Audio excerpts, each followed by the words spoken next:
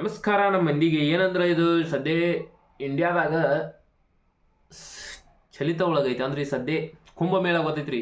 ಎಲ್ಲರೂ ಹೋಗಿ ಅಲ್ಲಿ ಈಗ ಪಾಪ ಕಳ್ಕೊಬೇಕು ಅದನ್ನ ಮಾಡಬೇಕು ಅಂತ ಅನ್ನತಾರ.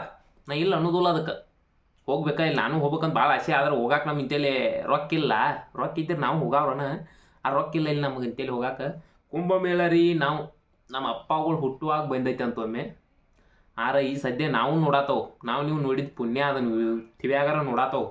ಪುಣ್ಯ ಅಂತ ತಿಳ್ಕೊರಿ. ಅಟ್ಟ ನೋಡಿದಕ್ಕೆ ಇನ್ನು ಅದು ಯಾವಾಗ ಬರ್ತೈತಿ ಗೊತ್ತೈತಿ ಕುಂಭಮೇಳ. ನಾವು ಯಾರೂ ಇರೋದಿಲ್ಲ ರೀ. ಇನ್ನೊಂದು 2 ಜನ್ಮಾನ ಒಟ್ಟಾಗ ಯಾವ ಇರೋದಿಲ್ಲ ನೋಡ್ರಿ. 2 1 0 2 1 6 9 21,069 ಬರ್ತೈತಿ ಇಸ್ವಿ. ಅವಾಗ ಕುಂಭಮೇಳ ನೋಡ್ತಾರೆ ನೀವು. ಅಲ್ಲಿ ತನಕ ಕುಂಭಮೇಳ ಅಲ್ಲ ನಾವು ಇರೋದಿಲ್ಲ. ಏನು 100 ವರ್ಷ ಆಗಿದ್ದೀರಿ ನೀವು.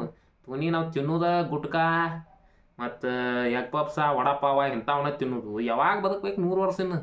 ಅದನ್ನು ನೋಡಿ ನಾವು ಪುಣ್ಯ ಅನ್ನೋದು ನೋಡಿ ಈಗಿನ ಇತ್ರ ಅವ್ರು ಜನ್ರೇಷನ್ ನಮ್ಮ ಹುಡುಗರು 24-25 ವಯಸ್ಸವ್ರ ನೋಡಿದ ಪುಣ್ಯ ಅನ್ನೋದು ನೋಡಿ. ಅದನ್ನೇನು ನೋಡ್ತವಲ್ಲೋ ಗೊತ್ತಿಲ್ಲ. ಆದ್ರೆ ಕುಂಭಮೇಳ ಐತ್ಲ ನಮ್ಮ ಭಾರತದ ಒಂದು ಹೆಮ್ಮೆ. ಇಡೀ ಬೇರೆ ಬೇರೆ ದೇಶದಾಗ ಸದೇ ಅದನ್ನು ಮಾತಾಡತ್ತಾರೆ. ಕುಂಭಮೇಳ ಭಾರತದಾಗ ಹಿಂಗೆ ನಡಿತೈತಿ, ಇಷ್ಟು ಜನ ಅದಾರಂತೆ ನಾಗಾ ಸಾಧುಗಳ.